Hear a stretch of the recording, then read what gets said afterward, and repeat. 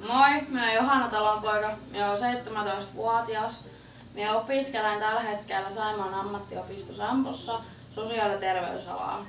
Minä suuntaudun minun 3. vuodeksi päihde- ja mielenterveystyöhön ja valmistun keväällä 2017. Minä olen ollut työsoppimassa ensimmäisen vuotena Lauritsalan päiväkodissa ja sitten toisen vuoden minä olen ollut kahdessa paikkaa. Minä olen ollut Ortamon puiston palvelukodissa ja sit minä olen ollut Kourulan kotihoidossa. Mä oon täältä niin rento, sit minä oon kans tosi rehellinen ihminen, oma-aloitteinen. Sit kans minä ollut vastuullisempi ihminen siitä lähtien, kun minä sain oman koiran. Ja sit minä harrastan viikkosi ratsastusta 2.